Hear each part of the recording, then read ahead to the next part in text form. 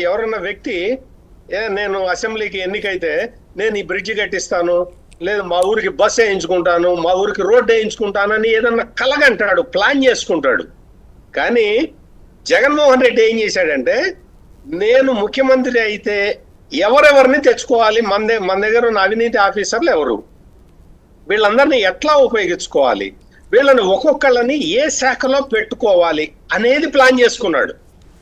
ఈ తరహాలో వీళ్ళందరినీ ఈ రైల్వే సర్వీసులో ఉన్న ఈ వ్యక్తుల్ని తెచ్చి పెట్టుకొని యథేచ్ఛగా డే 1 నుంచే లూటింగ్ మొదలు పెట్టాడు. ఇది ఇక్కడ ఆంధ్రప్రదేశ్ లో జరిగింది. ఇప్పుడు మీరు ఇంట్రడక్షన్ లో చెప్పినట్టు ఏదో చాలా పెద్ద దీన్ని ఏదో తవ్వి ఇందులో ఉన్న వాస్తవాలు బయటికి తీయక్కర్లేదు.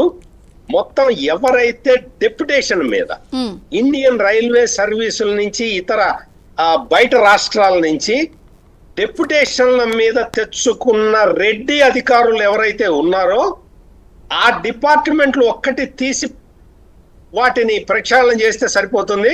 మొత్తం అందరూ దొంగలు అక్కడే ఉన్నారు. బయట నుంచి డిపార్ట్మెంట్లో వచ్చి కూర్చొని వాళ్లే అధికారం చెలాయించి మొత్తం అన్ని రకాలుగా దోచుకోవడానికి ప్లాన్ చేసుకున్న వ్యక్తులు వీళ్ళు. ఇట్లా మొత్తం వెతికితే ఒక 10-12 మంది దొరుకుతారు. మొత్తం అసలు నాకు ఒక విషయం అర్థం కాని విషయం ఏంటంటే, ఇంత ప్రైమ్ పోస్టులు, ఇవన్నీ కూడా ప్రైమ్ పోస్టులు అండి. ఐఏఎస్ అధికారులు ఉండాల్సిన ప్రైమ్ పోస్టుల్లో ఐఆర్టిఎస్ వాళ్ళని, ఐఆర్ఏఎస్ వాళ్ళని, ఇటువంటి వాళ్ళని తీసుకొచ్చి పెడుతూ ఉంటే రాష్ట్రంలో ఉన్న సీనియర్ ఐఏఎస్ అధికారులు ఏం చేస్తున్నారు? వాళ్ళు కనీసం మాత్రమైన ప్రొటెస్ట్ కూడా ఎందుకు చెప్పలేదు? అసలు వాళ్ళు తిరుగుబాటు చేయాలి. ఇదేంటి, మాకు రావాల్సిన ప్రైమ్ పోస్టులని ఐఆర్టిఎస్ వాళ్ళకి, ఐఆర్ఏఎస్ వాళ్ళకి, ఐఆర్ఐఎస్ వాళ్ళకి ఎందుకు ఇస్తున్నావు అని ప్రశ్నించాల్సిన సీనియర్ మోస్ట్ ఐఏఎస్ అధికారులు కామ్గా ఎందుకు కూర్చున్నారు? ఇది దురదృష్టం. రాష్ట్రానికి పట్టిన దురదృష్టం ఏంటి అంటే, ఒక మొత్తం ప్లాన్ చేసుకొని ఎట్లయినా ఈ రాష్ట్రాన్ని ఎట్లా లూటీ చేయాలి అని ప్లాన్ చేసుకున్న వ్యక్తి ముఖ్యమంత్రి కావటం ఒకటైతే, రెండోది ఈ ఐఏఎస్లు వీళ్ళందరూ కూడా ఎందుకు ప్రొటెస్ట్ చేయలేదు? వీళ్ళు ప్రొటెస్ట్ చేయాలి, వాళ్ళని రానివ్వకూడదు. జగన్మోహన్ రెడ్డికి సంబంధించిన వ్యక్తుల్ని తెచ్చి పెట్టుకుంటుంటే కళ్ళు మూసుకున్న వీళ్ళందరూ కూడా ఈ రోజు రాష్ట్రం ఈ పరిస్థితుల్లో దిగజారటానికి కారణం. మరీ ముఖ్యంగా చీఫ్ సెక్రటరీగా పనిచేసిన వ్యక్తులు దీనికి బాధ్యత వహించాలి.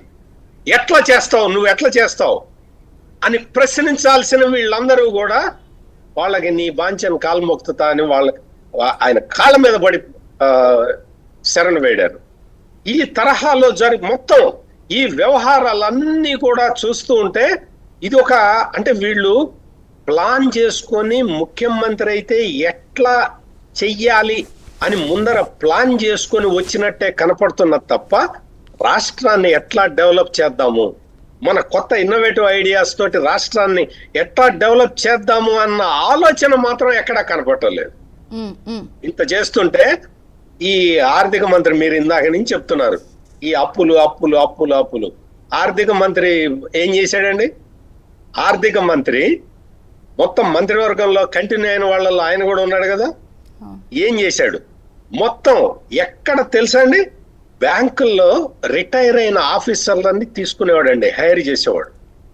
చాలా బ్యాంకుల్లో రిటైర్ అయిన వాళ్ళు ఉంటారు కదా, వాళ్ళని తెచ్చి పెట్టుకునేవాళ్ళు. వాళ్ళని తెచ్చి పెట్టుకొని వాళ్ళ ద్వారా ఆ బ్యాంకు, ఇప్పుడు ఉదాహరణకి ఏదన్నా ఒక కెనరా బ్యాంకు ఆఫీసర్, కెనరా బ్యాంకులో రిటైర్ అయిన ఆఫీసర్ని తెచ్చి పెట్టుకొని ఆ ఆఫీసర్ తోటి ఆపరేట్ చేస్తారు. ఈ సత్యనారాయణ లాంటి వాళ్ళు, ఇదిగోండి ఈ స్థలాలు తాకట్టు పెడదామని చెప్పి ఏవో ఇస్తారు, అవి తీసుకెళ్లి అక్కడ పెట్టేసి వాళ్ళు మేనేజ్ చేస్తారు. లోపల మేనేజ్ చేసి అప్పు ఇప్పిస్తారు. ఆ అప్పు ఇక్కడ గుటకాయ స్వాహ. ఈ తరహాలో రాజ్యం నడిచిందండి. మొత్తం ప్రతిదీ ఆర్థిక అవకతవకే. ఏది కూడా కరెక్ట్ గా జరిగిన వ్యవహారం ఒక్కటి కూడా లేదు. దీని మీద అసలు అంటే మామూలుగా ఇదివరకు కాలంలో ఏంటంటే జ్యుడిషియల్ ఎంక్వైరీ అడిగేవాడు. దీని మీద ఒక 100 జ్యుడిషియల్ ఎంక్వైరీలు వేయాల్సిన పరిస్థితి ఆంధ్రప్రదేశ్ లో కనపడుతుంది. అదే అందుకే ఒకసారి టీడీపీతో బీజేపీతో కూడా మాట్లాడదాం. నేను మీకు మళ్ళీ టర్న్ ఇస్తాను. నిలపల్లి